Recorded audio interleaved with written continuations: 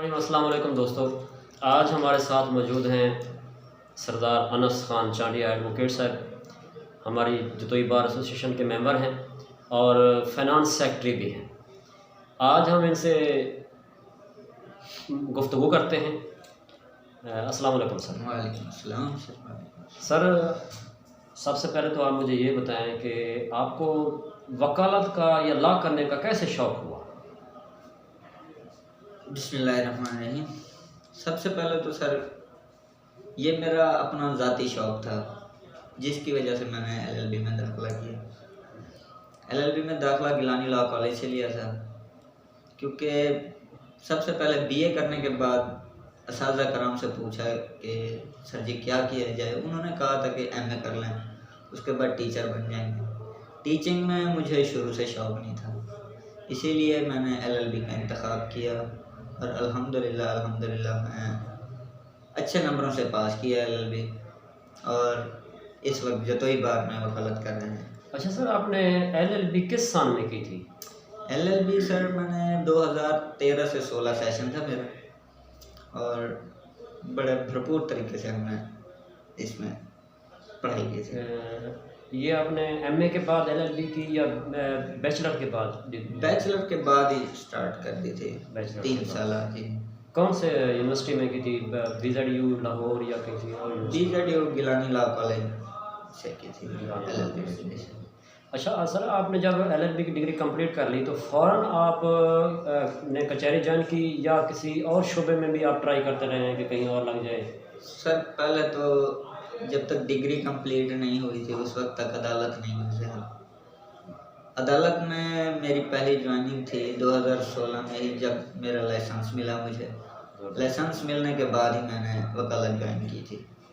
अच्छा, मतलब लाइसेंस मिलने के फ़ौरन बाद आपने कचहरी ज्वाइन कर ली? जी, कचहरी ज्वाइन कर ली थी। अच्छा सर, जब आप इब्तदा में आए तो कौन सी कचहरी ज्वाइन की थी? कौन सी कोर्ट में आपने ज्वाइनिंग दी अपनी सीखने के लिए या किसी उस्ताद के साथ बैठने के लिए? इब्तदा से ही सर हमने जतोई कचहरी को ज्वाइन किया था, और सबसे पहले जो मेरे उस्ताद हैं शाहिद बशीर खान मनवानी साहब एडवोकेट साहब, सबसे पहले मैं उनके दफ्तर को ज्वाइन किया था।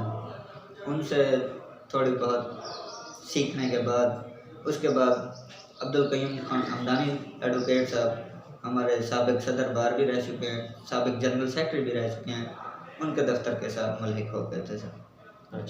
अच्छा सर, आपको दफ्तर अलाट हो गया है या अभी कुछ हैं ऐसे मसाइल कि आपको दफ्तर नहीं मिल रहा, इस वजह से आप कयूम खान साहब के साथ बैठे हैं? नहीं सर, दफ्तर अलाट हो गए थे। अब जिस जगह बैठे हैं ये अल्हम्दुलिल्लाह ये अपना मेरा दफ्तर है जी। अच्छा सर, आपको सियासत में कब से शौक़ हुआ? आप अल्हम्दुलिल्लाह आज बार के फाइनेंस सेक्रेटरी भी हैं। कैसे आपको शौक़ पैदा हुआ? किसी ने आपको ज़बरदस्ती इसमें एंटर कर दिया या आपका शौक़ था कि इसमें सियासत में हिस्सा लेना चाहिए? ज़बरदस्ती तो सर कोई किसी को किसी चीज़ में नहीं ला सकता। मतलब ये दोस्त कह देते हैं जी आप आ जाएं जी, हमारी ख्वाहिश है, आप हमारी ख्वाहिश पे आ जाएं। नहीं, दोस्तों की ख्वाहिशों पर नहीं, बस अपना एक शौक़ पैदा हुआ। कचहरी ज्वाइन करने के बाद 3-4 इलेक्शन देखे हैं और वोट भी दिए हैं। उसके बाद ऐसे शौक़ हुआ कि हमें भी किसी सीट पे आना चाहिए, ताकि आगे हम शो करें कि हम भी इसके लिए उम्मीदवार हैं कि किसी न किसी सीट पे आइंदा भी इंशाल्लाह आ सकते हैं। अच्छा सर, आप फाइनेंस सेक्रेटरी हैं इस टाइम बार एसोसिएशन जतोई के, तो मैं पूछना आपसे ये चाहूँगा कि क्या मसाइल हैं, आपने कुछ देखा है इसमें रहते हुए सियासत में आके जतोई बार की, कि क्या मसाइल चल रहे हैं, क्या इश्यूज़ हैं जो नौजवान वकला के लिए जो हैं यहाँ पे, उनको कैसे हल किया जा सकता है? पहले तो मसाइल पे डिस्कस कर दें, उसके बाद उसके नौजवान वकला के लिए सर बहुत ज़्यादा मसाइल हैं, बहुत ज़्यादा मसाइल हैं, क्योंकि यहाँ पर आते हुए सीखते सीखते काफ़ी टाइम गुजर जाता है। काफ़ी टाइम गुजरने के बाद जब उनको हमारे वकला साहबान को उनका फल नहीं मिलता मेहनत करने के बावजूद भी, तो काफ़ी वकला साहबान ऐसे हैं जो कि अपना नया बिज़नेस स्टार्ट कर देते हैं, किसी और शोबे में चले जाते हैं।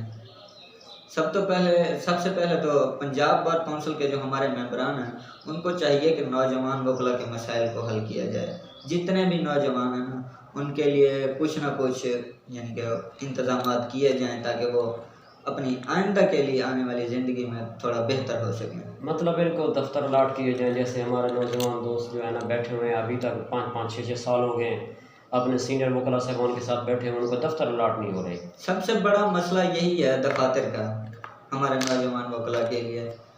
हमारी कम्युनिटी को चाहिए कि हमारे जो बॉडी है, मौजूदा बॉडी है, उनको चाहिए कि अब नौजवान वकला के लिए नए दफातर का इंतज़ाम करें और कोई जगह अरेंज करके उनको दफातर का मसला जो है वो हल किया जाए उनका।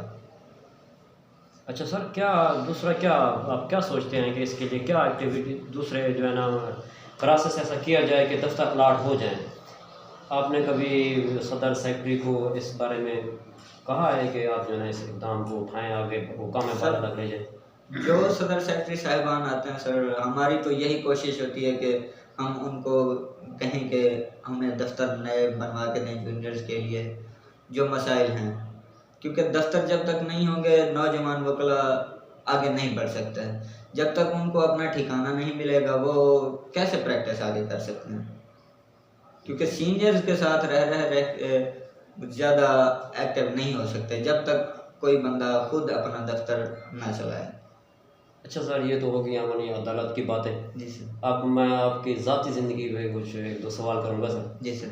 सर, आपने कभी मोहब्बत की है सर? मोहब्बत सर की भी है और नहीं भी की। मोहब्बत असल वो होती है जो शादी के बाद आपको अपनी बीवी से होती है। नहीं, अमूमन देखा जाता है कि नौजवान जो है ना वो शादी से पहले काफ़ी सारी ऐसे करते हैं मोहब्बतें। एक मोहब्बत होती है, मोहब्बतें करते हैं, बहुत सारी मोहब्बतें होती हैं। वो बहुत सारी क्या मोहब्बतें नहीं होती, वो बस दिल को बहलाने के लिए मतलब हो ही जाता है, हाँ। प्यार हो ही जाता है, मतलब है कि प्यार क्या होता नहीं है, प्यार दिल से होता है। कैसे आपको हुआ है दिल से किसी से? हाँ बिल्कुल हुआ है, बिल्कुल हुआ है। तो क्या आपको वो मोहब्बत मिली या आप उससे महरूम रह गए, क्या हुआ? नहीं, अल्हम्दुलिल्लाह अल्हम्दुलिल्लाह मेरी मोहब्बत की शादी है। माशाल्लाह, वो लकी हैं सर। Best of luck. जी। और हमारी दुआ है कि आप इसी तरह हंसते मुस्कुराते रहें आमीन। और आपके बच्चे भी आगे आपका नाम रोशन करें इंशाल्लाह। इंशाल्लाह। आपसे तफसीली गुफ्तगू भी सर, बड़ी मेहरबानी। Thank you, bundle of thanks. Okay sir, thank thank you. You.